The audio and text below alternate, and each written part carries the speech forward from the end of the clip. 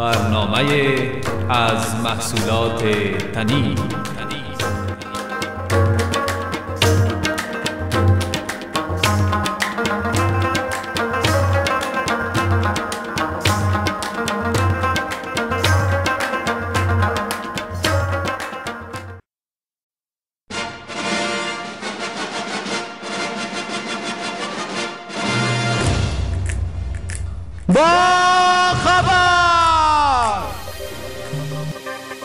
بسم الله الرحمن الرحیم. مجیب خلوتگر هستم و با آمنه بابک با سلام در خدمت شما عزیزان با برنامه با خبر قرار داریم. مخکې دینه چې د مطالبه په خبرېدو باندې پیل وکړو، لومړی به غوږ شو بشپړ خبرو ته د سمې سهیم نه.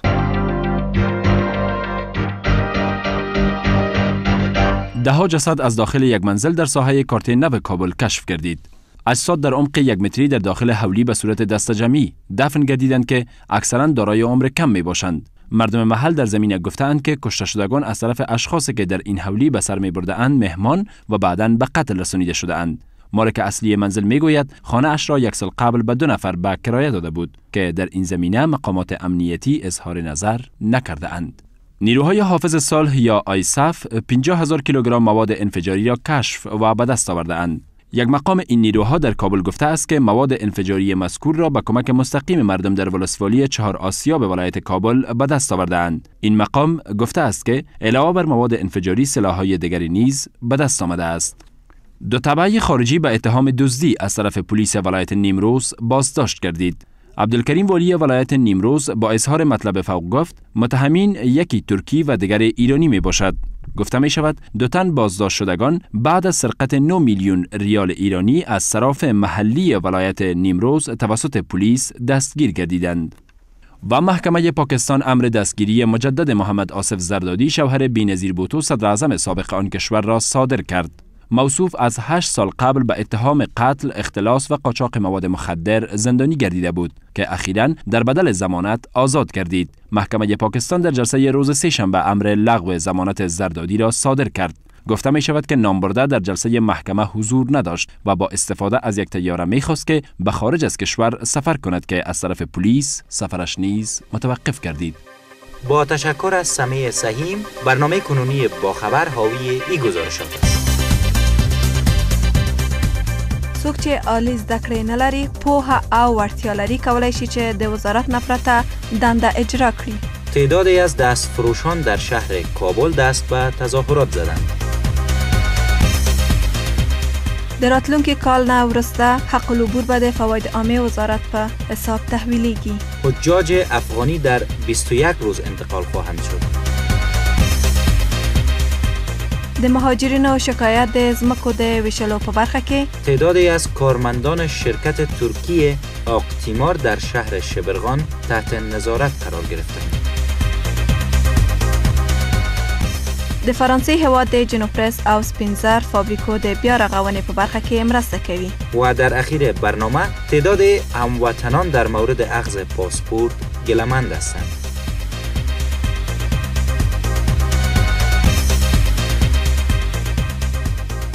او اوس محترم اوریدونکو پیل کوو د نن ورځې پر راټول شویو مطالبه باندې. بله امنه جان، مطالب برنامه ما قسمی که در اول هم شنونده های عزیز شنیدن، اولین بخشش در مورد کسانی است که اگر تحصیلات عالی ندارن و نمیتوانند در وزارتخانه ها معرفی شوند میتونن دیگه وظایف پیش ببرن. همینطور است؟ البته دا خبره په اساسي قانون کې شوې ده، یعنی څوک چې لوړ زده کړې نه لري نشي کولای چې د وزارت په سطح وظیفه ترسره کړي. و آل جاوید لودین سخنگوی ریاست دولت گفته که بغیر از وزارت میتونن در جای دیگه وظیفه اجرا بکنن. و آمنه بگو که زرغونه روشان هم در این مورد چیز داره یا خیر؟ اوکی مجیب جان، از مو همکار زرغونه روشان د جاوید لودین یا د دولت ویان خبري غونډه ته تللې و چې دا هم څه ویلو ته لري. هغه کسان چې د وزارت په کار کې وړتیا او لیاقت ولري خو لوړ تحصیلات نه لري، هغوی کولی شي چې پرته د وزارتخانو په نورو برخو کې داسې دندې ترلاسه کړي څو د هغه لارې وکولی شي خپله وړتیا ښکاره کړي.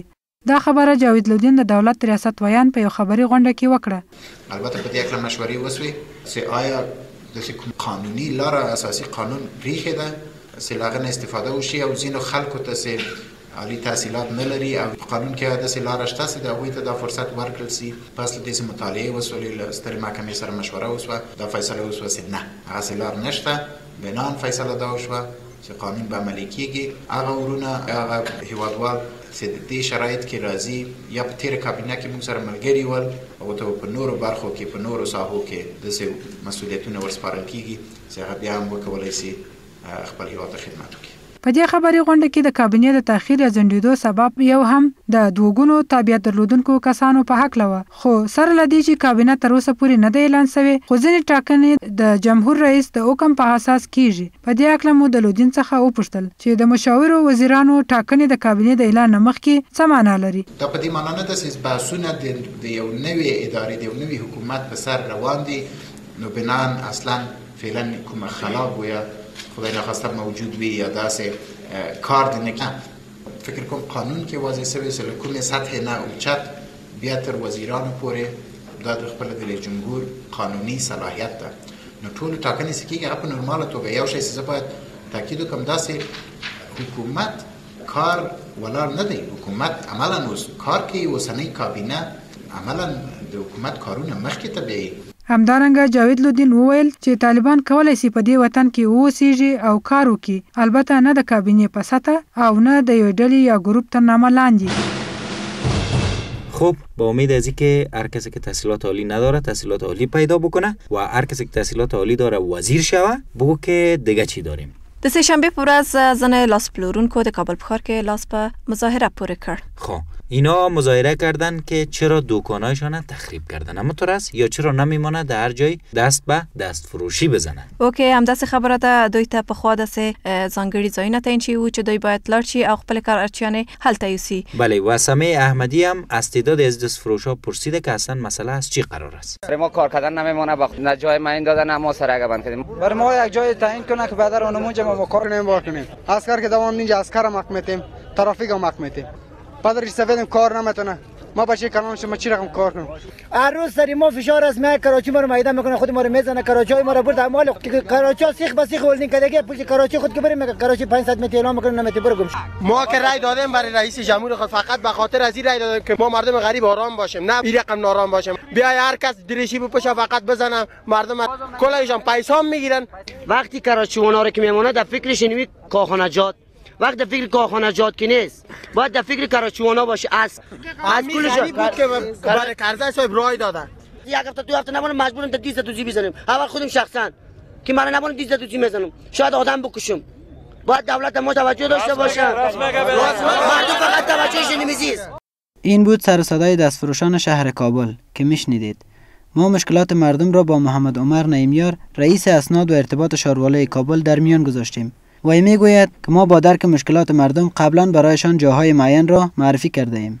ما میفهمیم که برادران مشکلات دارن، به خاطر همین مشکلات بهترین نقاط کردن عقب شفاخانه ابن سینا برشان تعیین شده، عقب سرک سیمتری باغ علی مردان برشان تعیین شده، لب دریای باغ علی مردان برشان تعیین شده، جوار سرک سیمتری چنداول برشان تعیین شده. همچنین کچالو فروشایی که در سر راه و پیش سر سرک امتی خود میخواین بفروشن و ما در بهترین جایی که مارکت با قاضی و در اوج قبلا هم سال قبل وجه مارکت در کار فروشی بود، همونجا برشون جای تعیین کردیم. قابل یادآوری است که به گفته نعیمیار شارواله کابل به خاطر به وجود آوردن نظم بیشتر و زیبایی شهر کابل پلان‌های پاکسازی را در تمام نواحی اژدگانه شهر کابل روی دست گرفته است که به تدریج یکی پای دیگر عملی خواهد شد. په دې هیله مجیب جانه چې د لاس پلورونکو ستونزې حل شي را بشوی به بلې خبرې ته. بله گپ دیگه ایست که میگن وزارت فواید عامه از این بابت عقل و عبورا را البته از سال نو بابت عکس میکنه. همونطور است؟ اوکی د وزارت داس تصمیم نیولای دی چې ټول عقل و عبور باید د وزارت په چوکاټ کې تحویل شي. بله و همونطور گفته میشه. آمنه جان اجازه است بگوییم؟ اوکی بله نه. که چون وزارت فواید عامه ترمیم سرک‌ها و بازسازی جاده‌ها و این گپا را به عهده داره، به می خاطر عقل و عبورایی که از موترها گرفته میشه باید به این وزارت تحویل شود تا این وزارت دوباره از این پول جاده ها را بازسازی بکنه، ایستگاه بازرسی و این گپا را جور بکنه. و او د چې نور څه خبرې دي زموږ همکار د چمل په دې حق یو مطلب لري. در راتلونکي کال څخه به عقل و عبور د فایده مند وزارت په حساب تحویلیږي. دا خبره د فایدامې د وزارت مرستیال ډاکټر ولی محمد رسولي د یوې مرکې په ترڅ کې د پژواک د خبري اژانس خبريال ته کړې ده او زیاته کړې ده چې دا پیسې د لویو لارو د جوړولو په خاطر په مصرف رسیږي. خو په دې اکله د ترانسپورت د وزارت د خصوصي سکتور د لوی ریاست مرستیال عبدالواحد ضیا وایي چې دا پیسې په اکثرو هیوادونو کې د فایدامې وزارت ته انتقالیږي. بعضی کشورها را که ما دیدیم همین اوایلی را که وزارت ترانسپورت از اونا ترانسپورت به دست میارن معمولا حساب بانکی دارن، بعد به خاطر ساختن سرکام از این بودجه استفاده میکنن. ما میگیم اگر سیستم به این شکل باشد خب شاید مفید باشد که به وزارت ترانسپورت باشد، اگر نه به شکل یک اوایل دولتی خب او دیگه مقامات محترم زی سالاد اینجا هرچی که لازم دیدن به وزارت محترم فایدامه باشد، چون فعلا وزارت فایدامه و یکی از کارهایشه که در فایدامه مانده به سرکسازی است. او هم یک منبع درآمد دولتی با خود داشته باشه. دا چې د عقل اوبر اندازه څومره ده عبدالواحد ضیا وویل.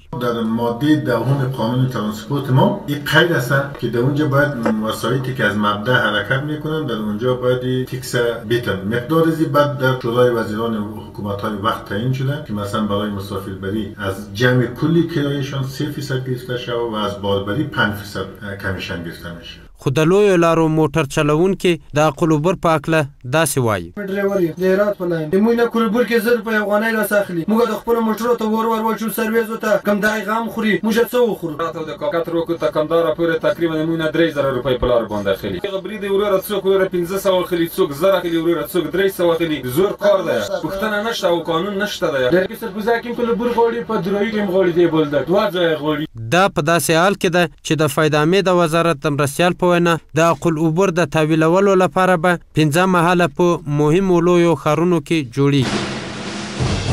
بله آمنه جان، شنیدیم که موتروانا راجع به عقل اوبر چی میگن، وزارت مربوطه چی میگه و حال گپ سر حجاج است که میرن بخیر به طرف بیت الله الحرام. او که مجیب جانه چې د دوی تک به د شپږم له جدې څخه شروع شي، یعنی عربستان سعودی ته. و شرکت آریانا میگه که در حدود 21 روز شاید ما یاره انتقال بدیم به کشور عربستان سعودی. او ځینې ځایونه په ولایت کې دوی ته جوړ شوي دي چې د دغه ځایونو څخه کولی شي چې دوی مرکز ته انتقال شي او د مرکز نه بیا ولاړ شي عربستان سعودی ته. و امین دانش هم در این مورد جزئیات بیشتر میگه. ظرف 21 روز از شروع ششم جدی حدود 27000 حاجی از 4 میدان به عربستان سعودی انتقال داده می شود. محمد نادر فیاض، معاون تجارتی شرکت هوانوردی ملکی و توریسم، در مورد جزئیات بیشتر این موضوع با باخبر چنین گفت: 4 میدان در پروازهای حجاج در ظرف 21 روز فعاله و ما الزاماً ظرف 21 روز بعد این 27000 حاجی از این 4 میدان انتقال بدین. ولی تعداد حجاج که به هر روز چقدر حاجی انتقال پیدا میکنه دقیق مشخص نیست، چون صلات عربستان سعودی میده و در بعضی روزا تعداد پروازها ما شاید افزایش پیدا کنه و در بعضی از این روزا ممکنه تعداد پروازها ما حتی تا ظرف 1 پرواز و 2 پرواز هم تنزل داشته باشه. ولی به هر صورت ظرف 21 روز 27000 حاجی ان شاء الله انتقال پیدا میکنه برای عربستان سعودی. قابل تذکر است که به گفته نادر فیاض سهولت‌های برای حجاج محترم در نظر گرفته شده است که در سالهای قبلی وجود نداشت. مجیب جان په دې هیله چې زموږ هیوادوال لاړ شي عربستان ته او د هغې ځای نه بیرته حاجیان راشي. بله و حال شنونده های عزیز، ما یک نامه را دریافت کردیم از طرف تعدادی از مهاجرین بازگشت کرده از جمهوری اسلامی ایران. اینا در نامهشان تذکر داده بودند که گویا یک شرکتی است به نام اسکان مهاجرین که این شرکت یا این مؤسسه با وکالت از مهاجرین افغانی شرکت آمده یک مقدار زمین در حومه شهر کابل از دولت یا از صاحبایش گرفته و به مهاجرین قرار بوده که را توزیع بکنه به یک قیمت مناسب. ولی آل مهاجرین میگه که این شرکت قیمت زمین بسیار بالا برده. از جمله مهاجرینی که در اینجا ما امضایشان هم میبینیم در این نامه: آقای عاطفی نماینده مهاجرین، خانم مرزیه پاینده محمد مهاجر برگشته از ایران، فیروز الدین فقیر محمد، عبدالله نجیب الله، محمد اکرم، سید پادشاه و محمد امین و تعداد دیگه که اونا نامه را بر ما روان کردن. ما در این زمینه یک گزارش جور کردیم البته از مسئولین پرسان کردیم، از شرکت پرسان کردیم که خودت بگوی گزارش چی جور کرده و مهاجرین عزیزم که نامه را روان کرده بودن بشنوند. دا مطلب موږ ته غلام محمد معصومی برابر کړی دی. دا خبره زه بیخي نه منم چې زموږ مؤسسه د مهاجرینو په نامه باندې ځکه و نور خلکو ته ورکوي. دا د هغه لیک جواب دی چې ویل کېږي د اسکان مؤسسه د مهاجرینو څخه پیسې اخلي او د مهاجرینو په نامه ځکه او کورونه پر نورو خلکو خرڅوي. دا چې نوموړې مؤسسه د کومه ځای څخه کار شروع کړی دی د دې مؤسسه رئیس محمد حکیم خاوری څخه به واورو. راجع به این مطلب نام مهاجرین استفاده میکنن، این گپ بسیار غلط است. چرا؟ چون اولا که این کدام سهامی نیست که خود دولت این بر مهاجرین در نظر گرفته شده باشه و حالا مؤسسه به سرپرستی از اون مهاجرین بره او سهمیه اونا رو بگیره باز به کسی دیگه بفروشه. یک موضوع بعدمی که ما برای اثبات از این قضیه حتی ما کل اسناد اینها رو خواستیم که اینها که مهاجر هستن کلشون اینجا دوسیه دارن و طبق همون دوسیه‌ای که دارن اینها ما این زمینه برشان ان شاء الله وقتی که آماده شد کلش توضیح خواهیم کرد. د خوارې څخه مو پوښتنه وکړه چې تاسو د درو بسپومځو کې په مقابل کې د مهاجرینو څخه څومره پیسې اخلي. هغه وویل قرار بری بود که با نرخ $2100 دیگه نهایتش این زمین در اختیار هر مهاجر قرار بگیره. البته همین مهاجرینی که ما تحت پوشش داریم، نه کل مهاجرین ایران یا پاکستان. باز این برنامه رو ما سنجیده بودیم و یک تعداد بسیار محدودی رو ما به صورت $700 یک قسط از اونها به خاطر برآورده کردن همین مصارف اولیه مؤسسه و مصارفی که روی زمین ما کار داشتیم اینها رو به صورت اقساطی کردیم و خب به تبع هر چقدر ما به زمان توزیع نمرات نزدیک میشیم خب جریان نحوه قسط دهی اینها تغییر میکنه. د یادونې وړ ده چې د خاورې په وینا نوموړې مؤسسه د مهاجرینو د وزارت سره هیڅ راز اړیکې نه لري. په دې هیله چې د مهاجرینو یا د کډوالو ستونزې حل شي او اوس به ولاړ شي د شبرغان ښار ته. بله د شهر شبرغان چی شده؟ ایره خب بگو امنانه. مجیب جان څو موده پخوا موږ داسې یو رپورټ درلود چې په دې ښار کې ځینې هغه د ترکي مؤسسې کارکوونکي چې د اقتمار په مؤسسه کې کار کوه په مظاهرو یې لاس پورې کړی و او دوی د دې شرکت نه د خپل معاش غوښتونکي وو. بله امنه جان، ما گزارشات داشتیم از شهر شبرغان در این زمینه و این شرکت باید بگیم شرکت بود که در قسمت بازسازی سرکا کار میکرد و حالا میگن تعدادی از کارکنای امی شرکت که البته کارکنای ترکیش هسته تحت نظارت قرار دارن. او داسې ویل کیږي چې ځینې پیسې ګواکې دوی د ځان سره وړي دي. و جزئیات بیشتر میشه که از نورالم شیرزی از شهر مزار شریف در این زمینه بشنویم. تعدادی از کارمندان شرکت ترکی آکتیمار در ولایت جوزجان تحت نظارت قرار دارند. این مطلب را والی ولایت جوزجان روز محمد نور ضمن مصاحبه اختصاصی با سلام وطندار اظهار داشته گفت کارگرای ما معذور نشه و پول اینا به دست بیایه به هر قیمتی باشه. ما مسئولیت داریم از اتباع خود دفاع بکنیم. از اون مخاطب فرار میکردن و ما در نظارت گرفتیم نفرایش. این شرکت که در بخش‌های ساختن سرک‌ها و اعمار مکاتب در ولایت جوزجان مصروف کار بود، گفته میشد که اعضای این شرکت به خاطر نپرداختن معاش کارگران افغانیان از ولایت جوزجان فرار نموده بودند و بعد از اینکه یک نفر از مامورین این شرکت توسط موظفین امنیتی ولایت جوزجان بازداشت شد، اعضای دیگر این شرکت نیز به خاطر رعایی کارمند بازداشت شدهشان به این ولایت برگشتند که فعلا آنها نیز تحت نظارتند. ولی ولایت جوزجان در مورد تعداد این کارمندان میگوید یکیش از جمله کارگرایشان است، ما دو نفر از مسئولینش فکر میکنیم. مسئولینش که به خاطر نجات همو کارگر آمده بودن که به مزار بیاین و پول بگیرن و ما موافقه نکردیم و خود اونها را در نظارت گرفتیم که پول همین شهروندای موصول شود. با گفته والی ولایت جوزجان تا زمانی که همه کارمندان افغانی این شرکت معاش خود را دریافت نکنند، اعضای شرکت مذکور تحت نظارت قرار خواهند داشت. نورالم شیرزی، مزار شریف، سلام وطندار. شنونده های عزیز، شما به برنامه خبری با خبر گوش میتین و مثل که فابریکه جنوپرس و اسپینزر ولایات شمالی کشور فعال میشه. اوکی مجیب جان، دا فابریکه د فرانسه د هیواد د مرسته چې کړی د دې فابریکو سره بیرته فعالیږي و میگن که ظرفیت تولید پنبهش الا سال 2008 به 100,000 تن میرسه که تقریبا در افغانستان و شاید در بعضی مناطق دیگه بی سابقه باشه و پولی که کشور فرانسه کمک کرده حدود 10 میلیون یورو و حدود 11 میلیون و نیم دلار امریکایی است. او نه یوازې د فرانسې هیواد د فابریکې رغوي بلکې د بزګرانو سره د پختې په روزنه کې هم مرسته کوي. از همین پیسه البته. اوکی. او په دې حق نور جزئیات موږ ته مصطفی حبیب راکوي. تا 3 سال آینده تولیدات دو فابریکه اسپینزر ولایت کندوز و جینو پرس ولایت بلخ به 100,000 تن خواهد رسید. به گفته معین وزارت صنایع خفیفه و مواد غذایی انجینیر محمد بشیر مشعل، کشور فرانسه در نظر دارد تا حدود 11 میلیون دلار را به خاطر بلند بردن تولیدات پنبه و حاصلات آن در کشور کمک نماید. یک قسمت ازی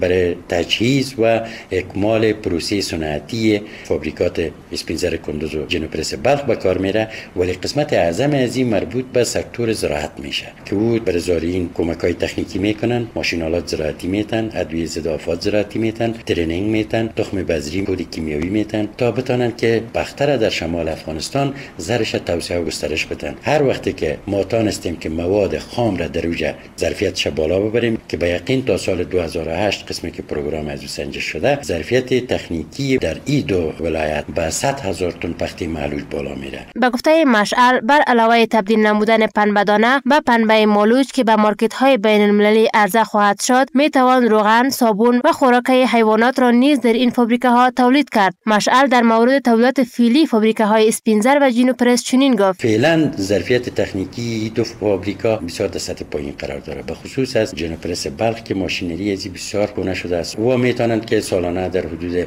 تا 5,000 تن پخته مالوج تولید بکنند. ولی تصدی اسپینزر ما خوشبختانه ماشینریش تا اندازه حفظ شده و ظرفیت بالاتر داره که در تصدی اسپینزر کندوز ما میتونیم که تا حدود 20-25,000 تن پخته مالوج در یک کمپاین پخته به دست بیاریم. اساسی ترین مشکل نبودن انرژی است که انرژی برق در صورتی که تامین باشه، این فابریکاتشان امیال میتونن جمعاً در حدود 30,000 تن پخته مالوج تولید بکنن. قابل تذکر است که گفته می شود بزرگترین تولید فابریکه اسپینزر ولایت کندوز 65,000 تن پنبه بوده است. په دې هیله چې زموږ په هیواد کې د پختې حاصلات لوړ شي او زموږ هیوادوال وکولای شي چې خپل ستونزې حل کړي. بله، بجای از اینکه کمپل بپوشن لحاف پخته‌ای بپوشن. اوکی، اوس به خوی چې بیرته راشو کابل ته. در کابل آمنه جان، تعدادی از هموطنهای ما که تصمیم دارن پاسپورت بگیرن از ریاست پاسپورت گلمند هستن که کارهایشان به تعویق مندازن. اوکی، دوی وایي چې باید زموږ کارونه په یوه یا 2 ورځو کې ختم شي، مګر زموږ کار هفتو ته ځنډیږي. بله، در این مورد در گزارشی از زلمه احدی میشنویم که مردم چی میگن. نام مسائل هستم. ما از خاطر پاسپورت دخترم آمدیم. تقریبا 3-4 روز میشن. اسم سید سراج الله ولایت سید محمد باشنده ولایت کابل. ما والا میخواستیم این پاسپورت دوباره تمدید کنیم. والا کار خو فعلا خو من هم مراجعه میکنم و از بسیاری دوستا پرسان کنیم دیگه هفته خواد خلاص شه. محمد امان پاسپورت بگیریم. کار ما تقریبا 6 روز 7 روز میشه. ایمانم سید حکیم ده. زه د خوست نه راغلایم د یعقوبی ولسوالۍ اوسیدونکی یم او زه راغلایم کابل ته چې پاسپورت جوړ کړم. نو په کابل کې مو نن شپږمه ورځ ده چې زه راغلایم. نو په د شپږو ورځو کې مو ته اوس بانک پرچه خلاص شوې. شکایت مردم را در مورد توزیع پاسپورت از طرف ریاست پاسپورت وزارت امور داخله میشنیدید.